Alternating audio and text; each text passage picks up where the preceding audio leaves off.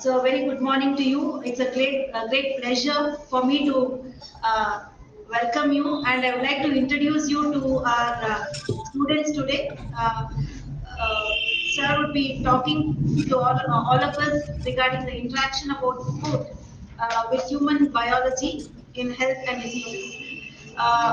Professor G.N. Mohan Kumar is Associate Professor, Department of Horticulture in Washington State University, USA.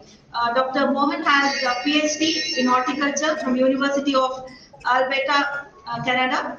He's a renowned scholar and has been in the field of research, and his areas of interest are like this: and vegetable crops, potato and physiology, post-harvest aging physiology, plant propagation and nutrition, and so on. So today, Sir is with us to inspire the students, and I welcome Dr. Mohan Kumar on behalf of Soundarya Educational Institutions, management, principal, staff, and students. I also welcome the convener of today's program, the Inspire program, Dr. Chandesh, to this program.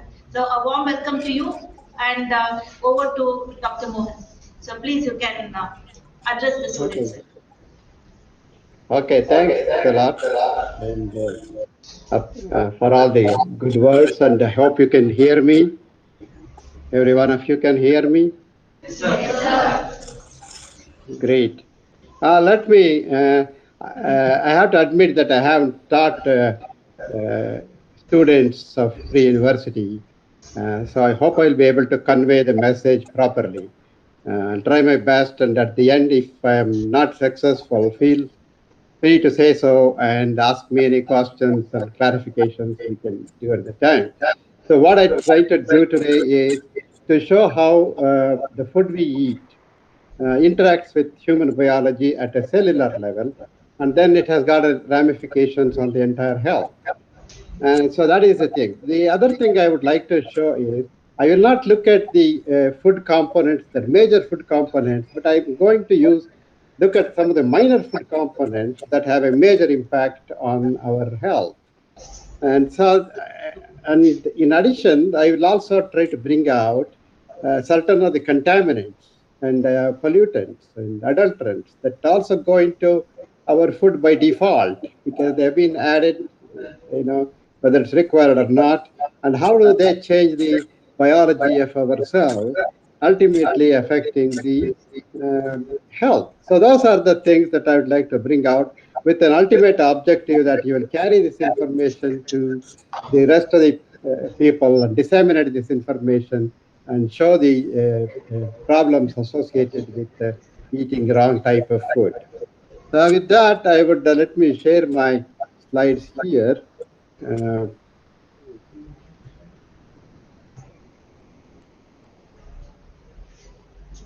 Can you see my slide? Yes, sir. Yeah, but now I can't see anybody. Is that the way it is?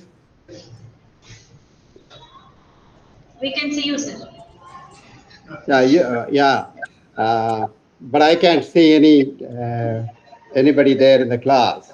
So is that the way it is?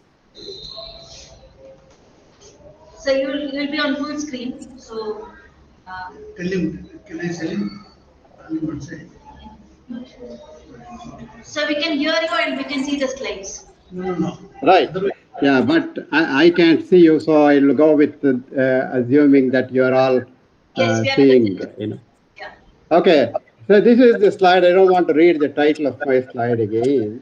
So here, what I'm trying to show you here is what are the major ingredients of our food. So we all know about that very well.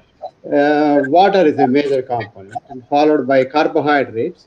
Then you have proteins, then fats, minerals, and vitamins. Those are the major things, and these are required for every cell in the human body or any living organism to do its routine work. But there are certain components mostly associated with fruits and vegetables, And we will call them as nutraceuticals. I'll tell you why they are called nutraceuticals. They have a role to sustain normal cell function. And then that is how they can give you, provide you a healthy condition or a healthy working body, working at a cellular level and impacting the entire human biology. In addition to these nutraceuticals, we are by default consuming a number of contaminants, additives, and adulterants that promote abnormal cell divisions and they cause disease. So we would like to see how these nutraceuticals protect us from the cells going into an abnormal cell function, and how these contaminants are really working to cause the normal cells to go into an abnormal mode and cause disease. That is the whole thing that I'm going to talk about today. So for that, I will be considering at the cellular level one particular protein that plays a major role, and I'll tell you what it is. And so to give you more information of what is nutraceuticals as opposed to pharmaceuticals, these are phytochemicals, phyto meaning plant chemicals, and they are present in minor quantities, they are present in small amounts, but you cannot say that they are small amounts, we can dispense with them, but their function has a major impact on the cell.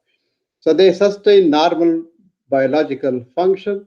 They prevent the initiation and progression of metabolic diseases. Now we have to say what are metabolic diseases. We'll tell you in a minute. Then they interestingly have an effect on gene transcription or the regulation of genes. And these nutraceuticals are present mainly in fruits, vegetables, and spices.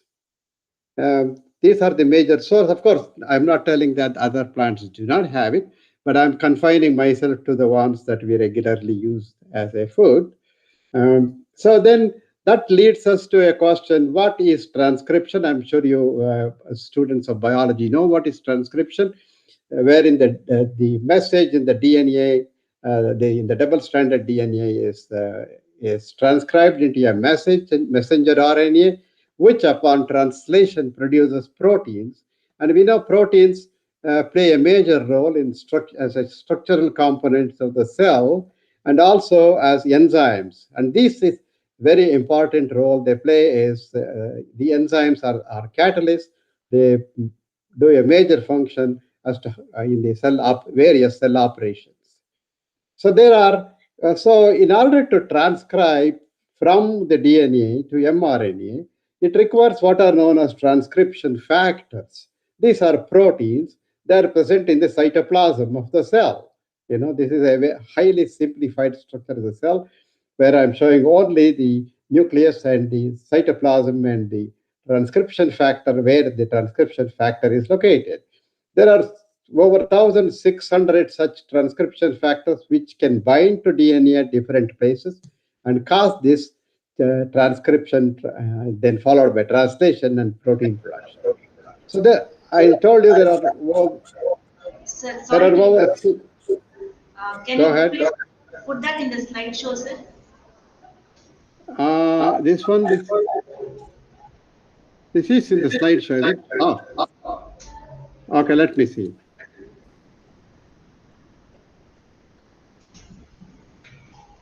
Is that better? Is that what you wanted? Still more bigger can be had. Yeah, you can click on that.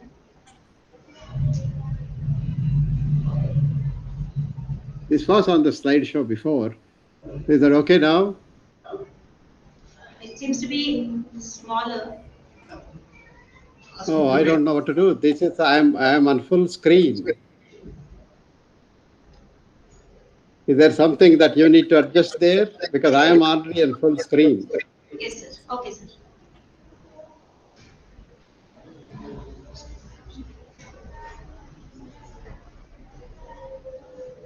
Is that okay now? Can I go ahead?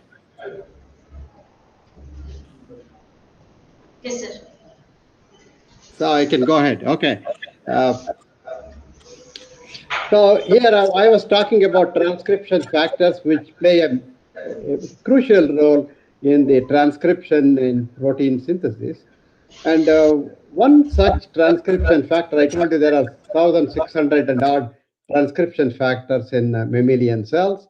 Out of that, one of them, which we call here as NF-kappa B, or a nuclear transcription factor kappa B, is a family of transcription factor, and that plays a major role. And I'll tell you why we are so much interested in understanding the role played by transcription factor NF-kappa B. So this is inactive in cells. In most cells, it remains inactive. Fortunately, I'll tell you why I say fortunately. If it is activated, it results in several metabolic diseases. That is why we don't want that to be active. Then what causes it to be active? Let us see that. So here what happens is, how does the NF-kappa B, or this nuclear transcription factor, gets activated? It remains in an inactive state in the cytoplasm. When you activate it, it goes and binds to DNA and causes a whole lot of changes in the protein synthesis and making the cell go into an abnormal function. So some of these things that do this is one of them is an endocrine disruptor. I'll tell you more about endocrine disruptors. Infections, like viral infections, viral antigens, they do the same thing. And pollutants that we breathe, or adulterants that come through the food, or shampoos, or even some milk additives, and bisphenol A from not only water bottle but any plastic. This all seems to do the strict converting the inactive NF-kappa B to an active state, then it binds into the DNA and causes a mRNA transcription, translation, and promotes certain types of cells. It can promote nearly 150 genes can be transcribed by this. So then these proteins, these are catalysts, they promote abnormal cell function. This is where the problem is. And that causes metabolic diseases. So what are metabolic diseases? They can be anything like asthma, cancer, obesity, arthritis, hypertension, etc. So we call this as metabolic disorders because they originate because of the abnormal cell functions and not associated with a disease-causing organism. So here, I talked about the endocrine disruptors. Here, these are the various endocrine glands. I'm sure you must have studied in the biology, and they all produce hormones. And these chemicals present in the plastic or the inside of a can coated, or there are many other sources. I've just given you some sources here. This bisphenol A works as an endocrine disruptor, which means it intercepts the hormone signal in the body.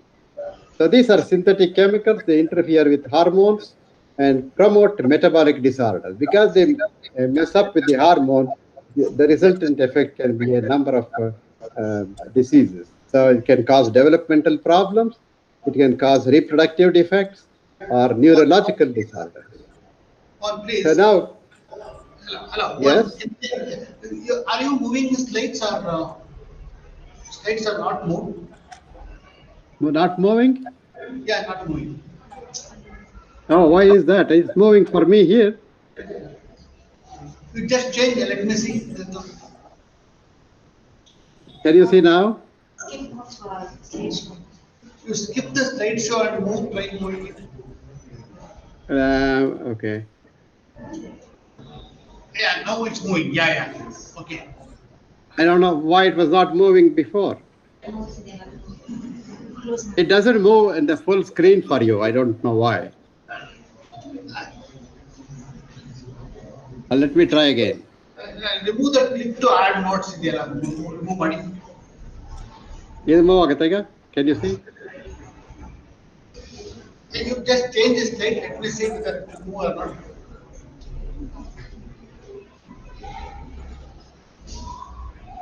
Yeah, it's moving. Yeah. It's moving now because I'm not on the full screen mode. If I put it on the full screen mode, it doesn't move. Let me try that again now. So now you see, does it move? Moving. It's not moving. Yeah. So it doesn't move on the full screen mode for some reason. I don't know why. For you, it moves for me. Yeah, it is moving now. Let it be this mode. This is okay? Yeah, Yeah, it's okay. Yeah, I can't make it any big for some reason. Let me see. Um,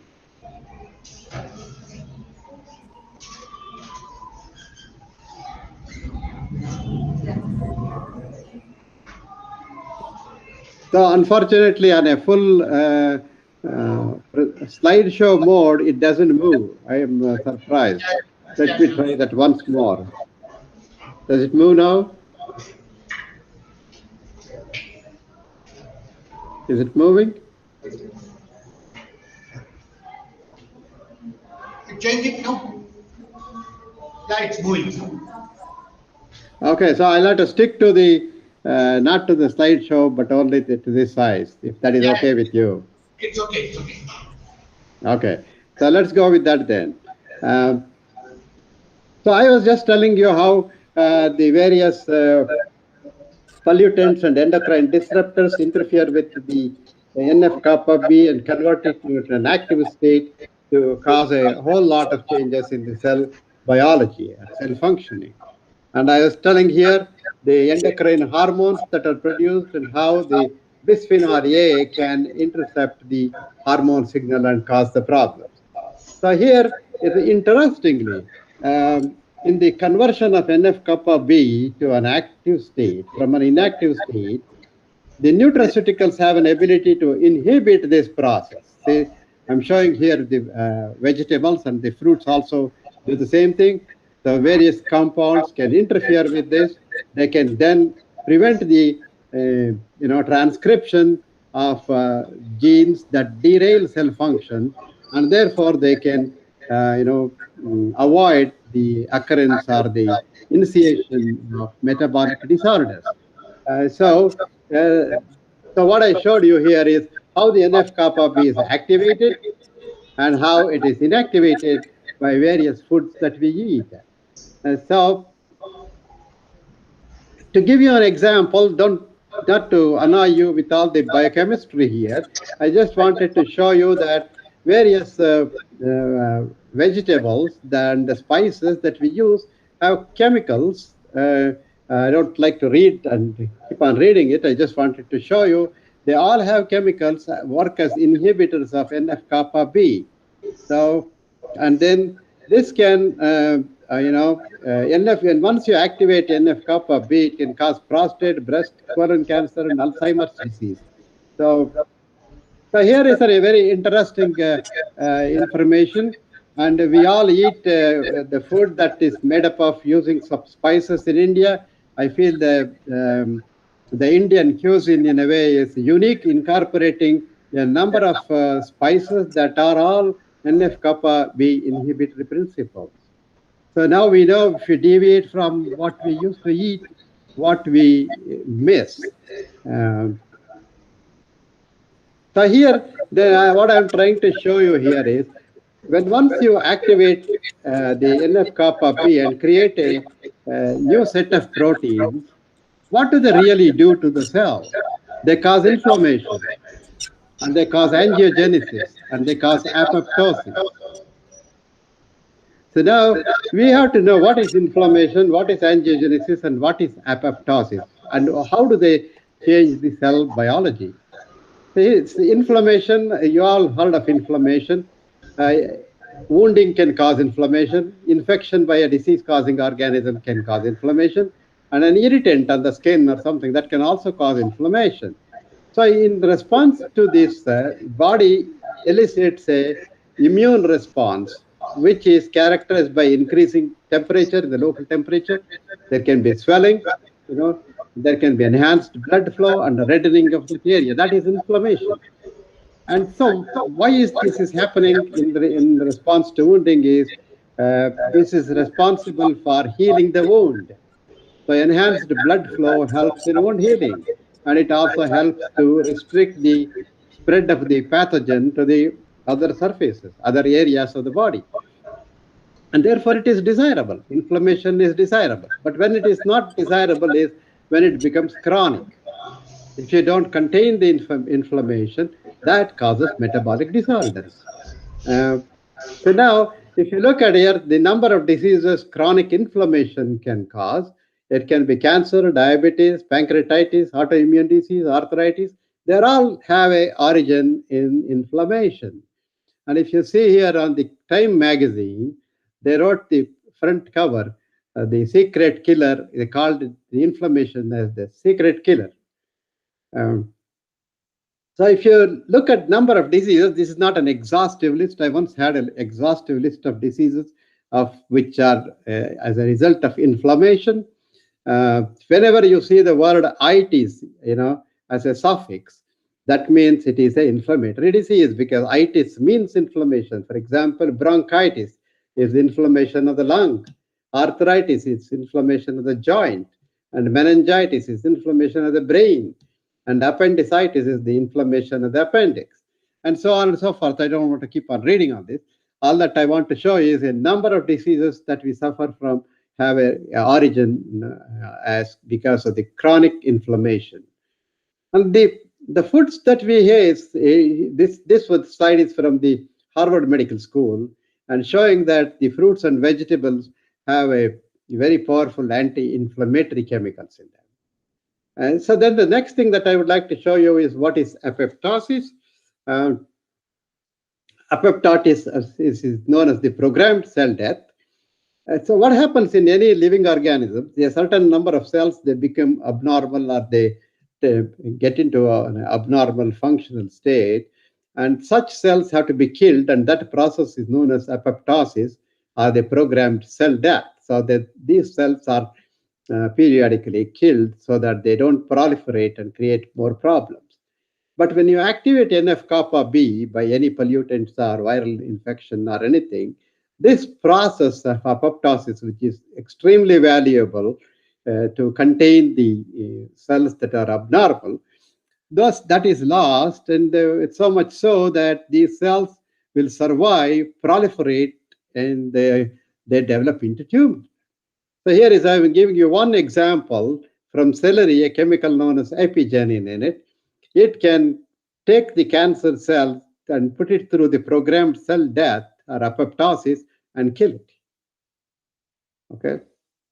And here is what I'm trying to say is angiogenesis. Angiogenesis simply means development of new blood vessels. So here is a picture of a blood vessel. This is called the lumen of the blood vessel or the inside of the blood vessel. So these can branch out and then feed to the growing tumor. This is a cells that are developing is a tumorous cell. When once these cells grow and join, they supply blood to the tumor growth and make it grow very well. So what do we do in order to contain the growth of this cancer is to cut this blood supply off. So we have drugs that are known as angiostatins. They are supposed to do that work. But we also have various plants sources like celery, parsley, chamomile, artichoke have epigenin, which can do that trick. And here is a green tea, epigallocatechin gallate. They can do it. Piperine in pepper, and naringenin in grapefruit, lycopene, and red grape resveratrols, and even grape seeds. Unfortunately, people don't like grape seeds anymore, but there are some valuable chemicals in it. And then black seed. This is not the exhaustive list, some of them. Here is anti-cancer sulforaphanes. These are sulforaphanes are present in many of the vegetables that belong to the cabbage family, like radish, watercress, turnip, and so on and so forth.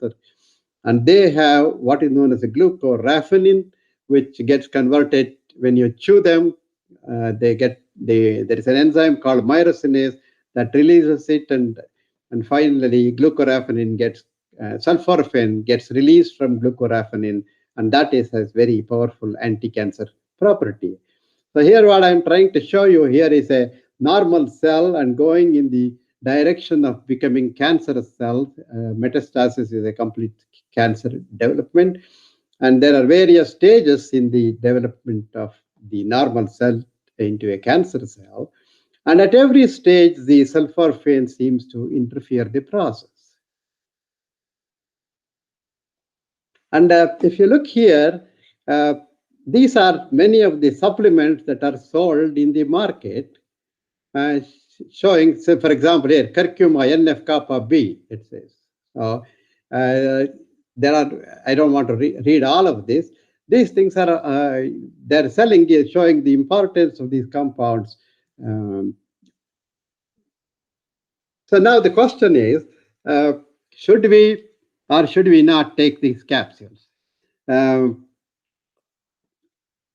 here is, if you eat a fresh fruit or vegetable, there is tongue to taste it. It can enjoy the taste, and it will communicate with the brain, and the brain releases the compounds that are necessary for its digestion and assimilation.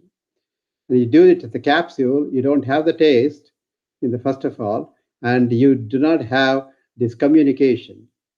And then whenever the food is digested from the gastrointestinal tract, there is a satiating hormone which makes you satisfied. That a feeling of satisfaction comes through its interaction with the brain. So the capsules are not capable of doing that. And also, when you make a good product like that into a capsule, you may lose the chemical that is responsible for the health benefits, or while processing itself, you may lose something, or they may become unstable during storage. So there may be any number of things that can happen. So now the paradox is, I showed you at one hand, there is even as simple as curry powder that we use, has a tremendous amount of NF-kappa inhibitory principles in it. In that case, we should have enjoyed very good health. But in reality, the paradox is the Indian cuisine incorporates a variety of nutraceuticals, but the metabolic disorders are on the increase. So the obesity is increasing, diabetes is increasing, hypertension is increasing, and cardiac diseases are increasing. So which tells us, do nutraceuticals prevent the metabolic disorders? Is that really true? So let's see what's about it. So if you look at this picture, what I'm trying to show here is a number of diseases. 5 to 10% are only associated with the genes. 90 to 95% of our problem is with the environment. So which can be alcohol, obesity, and interactions, and all other, and the diet. Diet plays a major role, and even tobacco consumption. So then, so I'll tell you some important examples here. One is the milk that we use daily. What kind of milk do we use, and how it is produced? For example, if you see here, a cow is routinely injected with the antibiotics. All that is in black are antibiotics, like penicillin, gentamicin, and then we have anti-inflammatory drugs. And then I want to read everything here. And then we also use hormones like RBST and oxytocin on the poor cow. First of all, it's also fed with hay or whatever. It may also have pesticide residues in it. And then finally, what you do is you get the milk. It goes through the plastic tubes, which may be a source of bisphenol A, and then it is stored in milk containers, and then it will also have antibiotics, pesticide residues, and hormones as contaminants in it. And then we take this milk, pack it into plastic sachets. Again, we have the bisphenol A interfering with this, or it goes into a milk carton, with the inside of which has bisphenol A. So, and this is the natural milk. And we also have the havoc played by the adulterants in the milk, like they have detergents, paint, hydrogen peroxide, caustic soda, formalin, carrageenan, and urea, refined oils, and melamine. So, in presence of things like that, when you consume, what role the nutraceuticals present in this can play, because they are present in such large amounts. And then the hormones that we feed to the cow, RBST and oxytocin. So RBST can cause metastasis, failure to conceive, and lameness in cows. So what we have to do, we have to control these diseases, we have to use enhanced use of antibiotics. Okay, and then use of antibiotics in turn creates resistant antimicrobial resistance. So when you have more resistant bacteria, you have to find more antibiotics. So this becomes a futile cycle. So then the milk that comes from RBST treated cows, they get more milk anyway, but they will have higher IGF. IGF stands for insulin-like growth factors because they resemble insulin. And the IGF-1 is required as a growth promoting hormone. And if it is in excess, it only causes cell proliferation. And when the cells multiply at a faster rate without any control on it, then it gets into a tumor. So IGF means this one has 50% homology with insulin, which only simply means that this protein has a close resemblance to insulin, which body will sense it, and then it will go into more of a type 2 diabetic situation. So here I say by 2030, the use of antibiotics will increase by 82% in India, which is very alarming. So oxytocin is another hormone that is given as a uterine stimulant to release all the milk. So this will enhance the milking capacity, but it will also have oxytocin residue in milk, which causes early breast development in girls, breasts in males, and heart and kidney diseases, poor eyesight, and loss of memory. Then here are the more of the antibiotics. Antibiotics are antimicrobials. Here are how much of we use. Around 25% we use it mostly for therapeutic uses. But in the animal, 75% of that is used for non-therapeutic and therapeutic uses. When I say non-therapeutic, the animal gets it whether it has the disease or not. So what is the consequence of that? The milk will have the residue and we get that residue back into us. So now, then what happens here is this will cause the evolution of resistant microorganisms, and then the transfer of strains to humans, that resistant bacteria can come into us, and then they can also transfer the resistant genes to the bacteria that are present in the gut, which are helpful bacteria. And then the infections, the progression finally, of course, will be death. So this will again cause the same futile cycle, looking for more antibiotics to treat the microorganisms. Okay. Then this is a slide I just put it in to showing what are the things that go into synthetic milk and what do they do. If you look at this as a color, mimicking the color, they use acrylic paint, and Carrageenan is used as a thickening agent. And this can cause a lot of inflammatory reactions. And they use urea, ammonium sulfate, and melamine as a nitrogen enhancers. And as antimicrobials, they use formalin, which is known as a carcinogen, salicylic acid, benzoic acid, boric acid, hydrogen peroxide. And in order to neutralize acid, because once the milk becomes acidic, it will curdle. So in order to prevent that, they use sodium carbonate or bicarbonate or caustic soda. And in order to enhance fat, they use hydrogenated fat or refined oils. And then they also use as an emulsifier shampoo with soap. So what does that do? I don't have to say what it can do. It can do a number of different diseases. It can do gastrointestinal disorders, damage to kidneys and liver, carcinogenesis, and so on and so forth. And then they also add, of course, these are undesirable, but doesn't really affect us too much when you see more sugar or starch or glucose, skim milk powder or gelatin in it. And this is Carrageenan. This is a seaweed, and you find them in flavored milk, cheese, baby food, ice cream, and yogurt. They cause gut inflammation, gas and bloating, irritable bowel syndrome, and cancer of the colon and allergic reactions.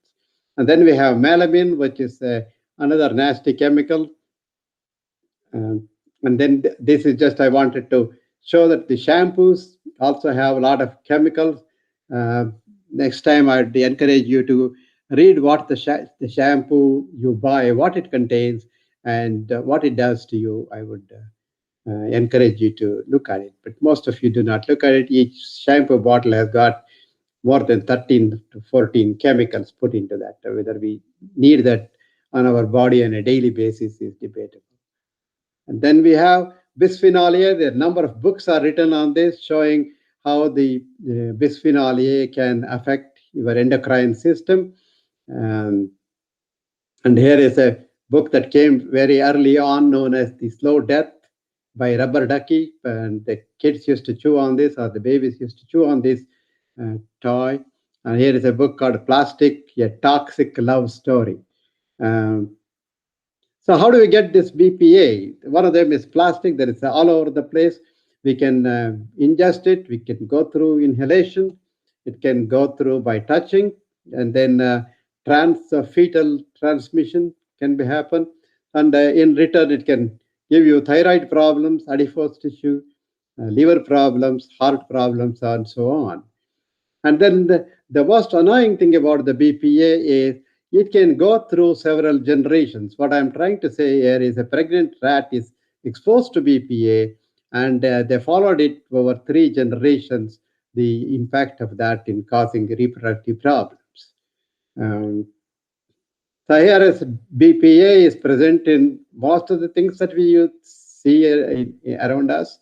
And most of the time what I say is, people say, oh, these chemicals are present in such small amounts, and you shouldn't really worry about it. It's not going to do anything at that small amount. But what is important for us to know are 2 things. One is, once you are exposed to these chemicals, they don't cause a disease immediately, and the onset of the disease can be over the several years or decades. So then you cannot go back and point out and say that this particular exposure caused me the disease. So, but since hormones work at very low concentrations, you don't really need a high concentration of these endocrine disrupting chemicals like BPA to cause the disease. So even the low doses do matter. So here I end this slide with the Hippocrates statements. We should go back to our roots and see that we eat the food and make the food itself as our medicine. I'll stop here. I hope I didn't take too long. If there are any questions, we can address them.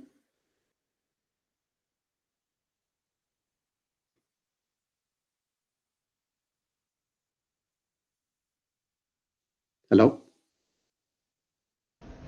Thank you, Mohan. You can close this slideshow so that we can interact. Okay, good. Let me see how I do that.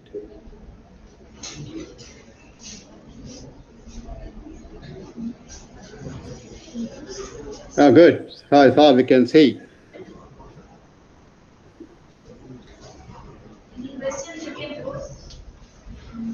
Anything you can ask, no issues. You understood how the food system makes you? Just plastic alone can cause many diseases. You can ask him. Anything you feel, you ask him.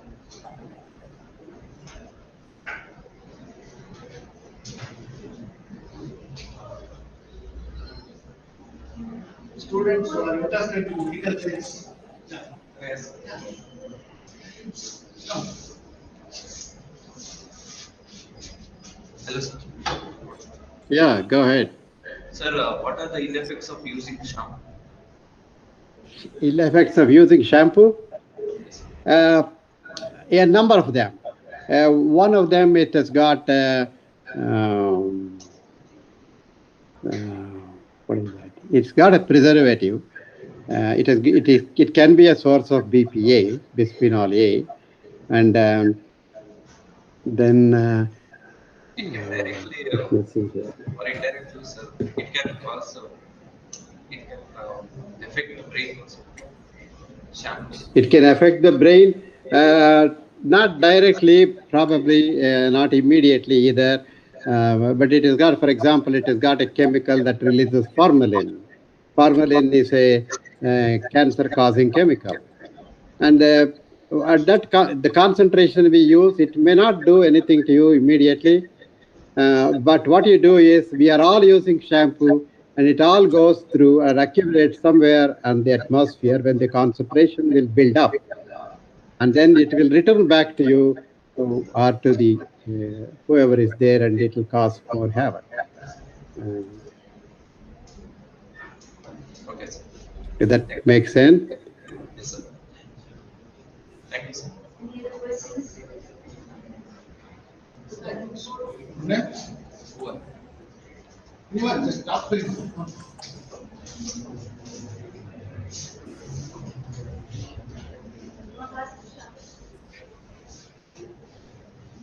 Medical aspirants.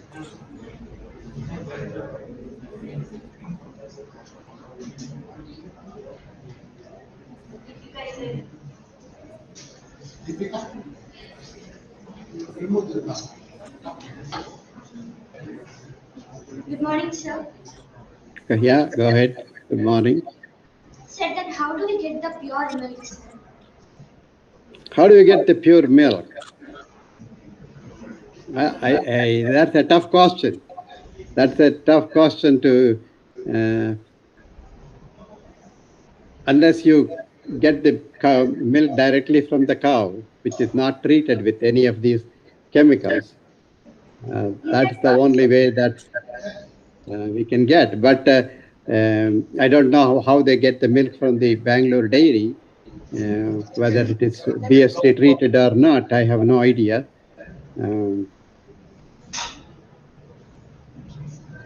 But they do sell organic milk, so that may be a source. Okay, sir.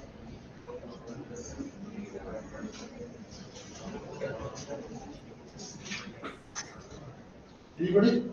Yes.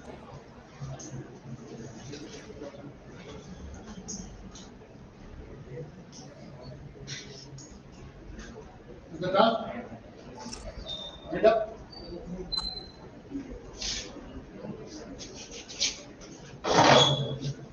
Thank you, Mohan. Thank you.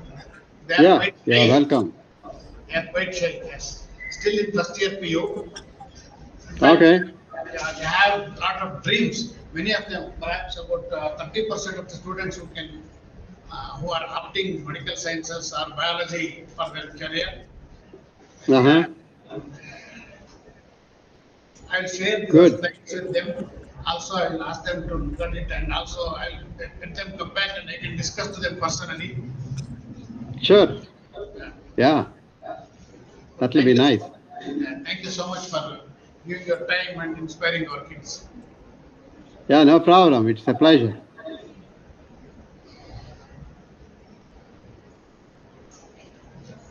Yeah. So thank you, Mohan. Thank you. Yeah, you're welcome. Tell them. Thank you.